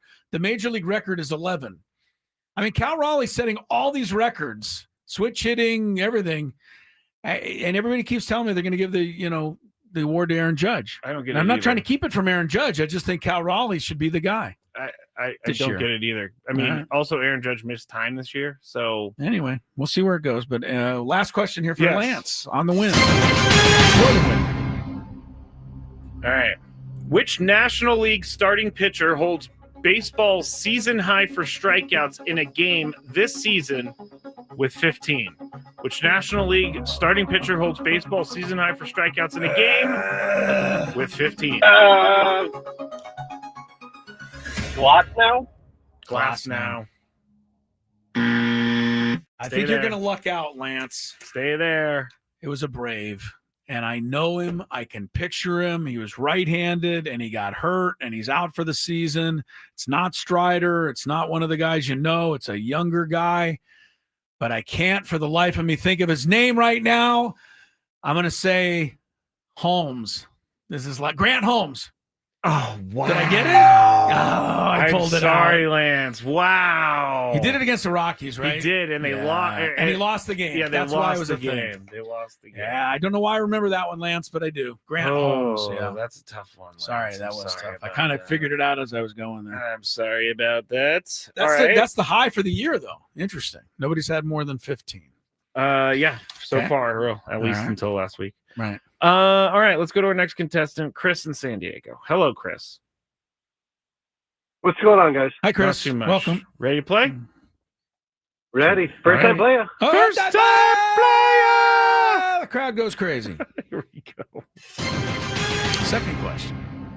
It's the first one for free for those of you that are new to the to this exercise. If you're a first-time player, you get the first question for free. James Cook is playing tonight for the Bills. Where did he play his college football? Oh my God. North Carolina. North Carolina. Go on and raise up. Stay there. I don't know. I definitely, when I looked up this answer, I was like, nope. I never heard of James Cook in college. Me neither. He's one of these many. I don't know. I don't have a good answer. I'm Arizona. I really don't know. I don't know why I've been saying Arizona. So He went what- to Georgia. He did. Georgia. Really? Did he ever get the Wow. ball? Like, I don't know. I think I would have seen him. I mean, Georgia has so many good players. He may have Just kind of been gone on the there. bench Yeah. and still was good enough to get in the NFL. Right. That's happened before. There are Yes. guys that are on those Alabamas and Georgias and teams like that don't play in college and then they star in the NFL. That's crazy. He was selected in the second round by the Bills. How did they know to select him? He was just Hold sitting on the bench. Well, hold on, Chris. I'm gonna click his thing, see what he did in college.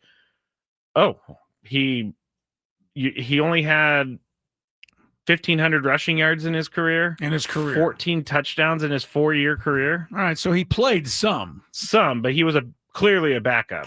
Interesting. All right, well, he's That is awfully good interesting. now. Yes, he is. Good Yeah. job on the Bills for finding him. Yeah. All right, third and final question for Chris. Who is the youngest player to hit 500 home runs? Youngest to get to 500. Youngest to reach 500 in baseball history. Good question. Babe Ruth was like, what, 55 when he did it? Babe was in his 80s, yeah. How about Lou Gehrig? Oh, Lou Gehrig. Lou Gehrig. It's there, not your Chris. best guess. Lou Gehrig didn't make 500. Had 493. What a jerk you are. I'm so bad. But I'm only saying that because I think he's going to win. Excuse me. You didn't guess 500. He only had 493. Missed it by 7. That's right. Youngest. I'm saying it over and over again because I want it to come into my mind, and it's not coming. 500 home runs. I need an answer, sir. Really? Yeah. How soon? Right now. Right now. Pujols. I don't know. Hey, it's a win for you, Chris. You got it. I'm going to be mad because I've heard this. Stay there, Chris. I've heard this before, and I just couldn't drum it up. Alex Rodriguez. Oh, okay. I should have got that, actually, because he was pretty young. Well, did he actually make 500? He actually got like 700, didn't he? Yeah. Did he make 500? Yeah, he cheated his way to it. Well, that's maybe why he got to 500 so quick. Let me see how many home runs A-Rod has had in his career. It's fifth on the all-time list. Fifth on the 696. Oh, man, that's a lot. That is a lot. That's a lot, whether you're cheating or not. Still, I mean, you can't get 4 more. Join the 700 club. Pujols is in there. That is crazy. 700 Pujols. home runs. Pujols. No one's ever had anything on Pujols. I'm not saying he ever cheated. I'm just saying Pujols is the one. He's a clean guy on that list, and in the minds of history. The minds of history. Henry Aaron is clean. Babe Ruth is not clean, but steroid clean. Steroid free. Pujols is there, and then you go through a bunch of guys that people wondered about. Ken Griffey Jr.'s 7th. I don't think he ever got. No. So interesting list. No, you got McGuire, Sosa, and Bonds leading that. They're all on there. Palmeiro, Manny, not Manny Ramirez, David Ortiz. David Ortiz always gets off scot-free for some reason. Shouldn't. He's loved. He shouldn't. He's just beloved. David Ortiz is Big Papi. He's hilarious. He cheated, but we don't care. Everybody else, we hold him responsible. I don't for understand this. Yeah, David Ortiz gets away with it perfectly. He's a fun-loving guy. So, all right, we're going to take a break. We come back. We got one more segment. It'll be a quick one, but Tony and I did our NFL picks for the week. We'll pass them along, get you ready as best we can for the slaughter that the Dolphins and I are being led to tonight, which is coming up, by the way. Watching the Cove or something? The game's coming up. They're going to play it. They just announced the Dolphins did arrive at the stadium. I have seen this. To take their beating. So we're going to take a break and come back after traffic. From the 855 Get Ross Traffic Center, protect.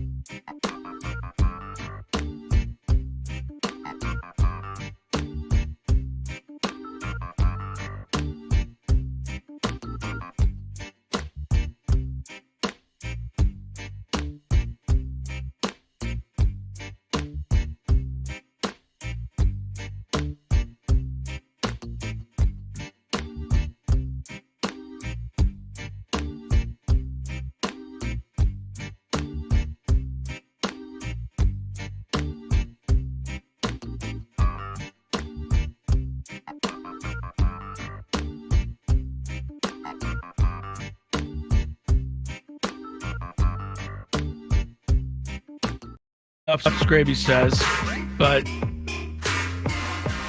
really, who cares if we miss the first 5 minutes of the Dolphin-Bills game? I'm just kidding. Sponsors do. No, I know. We got to get to it. We did do our NFL picks, though, Tony and I, today. So we'll pass them along to you. I'm leading 12-10 after 2 weeks. I've gone 6-0, but I've missed both of my upset picks. Tony's gone 5-1. He's also missed his upset picks. The one he got wrong last week was Minnesota losing to Atlanta. That's the difference in our score. He went first this week. Let me hit this. It's time for Tony and Chris to face off. Playing for a season-long prize of pride. I see pride. I see power. The guys make their picks, and then they stress over their picks all weekend. No! Please, no! No! No! Gwynn and Chris NFL Pick'em starts now. Before we give you the picks, don't forget if you're still in our Survivor pool, as most of you are. I think we're still got 70 plus. Almost everybody's made it through the first 2 weeks. Get your picks in for week 3. Tony picked the Bills for 3 points. He had first pick. He and everybody else thinks that's the most lopsided lock of the week, tonight's game. I took Tampa Bay over the Jets. I'm really big on Tampa Bay this year. I think they're really good. They've won 2 games on the road. Now they come home. They're going to wear their throwback orange or the white version of their orange creamsicle version jerseys. Okay. And they're playing the Jets, who have a backup quarterback. Who's the Jets' backup quarterback? Tyrod Taylor. Exactly. I'll take Tampa Bay for 3. Tony went next. He's taking the Packers on the road at Cleveland. Can't complain there. The Packers are awfully good so far. Although they got word that their tight end, Tucker Kraft, got hurt in practice today. May not play in the game. I don't like it. Something to keep in mind. Seattle is my 2-point pick. Not so much because I love Seattle, but they're playing at home against New Orleans. So I feel pretty good about that. And then for 1 point, Tony went Baltimore. That's a tough Monday night game against Detroit, but it's in Baltimore. Yes. I went with Kansas City Sunday night at the Giants. You know, Kansas City hasn't played a home game yet. They played in Brazil. Oh. They played in that Philadelphia. Still technically was and a that road was still game. a road game, right? So they have a lot of home games left because they're on the road this week again. Interesting. I don't see Kansas City starting 0-3. I think they'll beat the Giants. Although the Giants showed me something last week. Can Russell Wilson really do that 2 weeks in a row? We'll see. You will see. Then our upset picks. Tony went with Tennessee at home. He gets 3 points if they win. They're a 3-point underdog at home to the Colts. I think what he's doing there is picking against the Colts being 3-0. Because what has Tennessee done to impress anybody yet? Cam Ward was the number 1 overall pick. I have barely seen him play football this year. Haven't seen much of him yet. We'll see. Anyway, Tony takes Tennessee. My upset pick, Monday Night Football, Skrabe. I got the kneecap cannibal. Ooh. Detroit goes into Baltimore. You think that Detroit really? Oh, wait, that's your upset. That's my upset. Yeah. pick. How many points is that? 5. It's 5-point. The thing is, Detroit and Baltimore are 2 of the better teams in the league. One of them is going to be 1-2 after that game Monday night. So that'll be fun. Gee, wow. 1-2. They're both 1-1. So somebody's got to be 1-2. I need the Lions to go 1-2. Well, you might get your wish, but I'll take the Lion. I'm taking the cannibal. You're going to take the cannibal. I love the cannibal. Yes, you do. You know who he originally coached for and is in an interim basis? The Dolphins. Of course. Dolphins also had Ben Johnson. Man. Just saying. They could have had both those guys. How bad is it going to be tonight? Well, you can tune in and find out. Just stay right here. Dolphins, Bills. Go, Dolphins, go. Go, Dolphins, go. All right. Give me a sounder, Skraby, to send me home with. Okay. Oh, that's what I needed. The Bills are in trouble now. Yep. We'll see you tomorrow before Padre baseball at 2 o'clock. Adios. Bye.